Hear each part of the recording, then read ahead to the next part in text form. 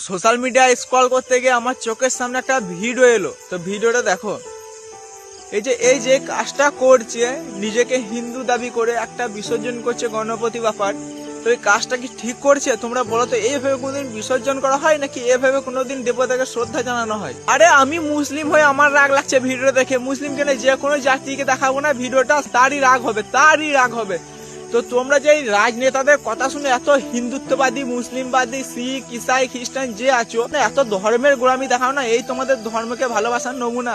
ঠিক এই কারণের জন্য না আমাদের দেশ উচ্ছনে চলে যাচ্ছে। কি আমরা ধর্ম জানতাম না, ধর্ম বুঝতাম না আগে থেকে? আমি একজন মুসলিম হয়ে এই ভিডিওটা দেখে রাগ লাগছে, তাহলে তোমাদের কতটা রাগ লাগবে হবো। এরপর অনেক জ্ঞানী বাবা আমার মন্তব্য করবে, জ্ঞান ঝেড়ে যাবে যে আমাদের ধর্ম আমরা বুঝে নেবো। তোদেরকে না জুতো করে বাড়ি মারতে মারতে দেশ ছাড়া করা উচিত। তোদেরকে মিসাইলের সাথে বেঁধে না পাকিস্তান ফেলা উচিত। এগুলোকে ধর্ম পালন করা বলে? ওই যে রাজনেতাদের কথা শুনে ধর্ম করে লাপাস, এই তোদের ধর্ম পালন করার নমুনা। হারে সৃষ্টিকর্তাকে কিভাবে শ্রদ্ধা জানাতে হয় সেটাও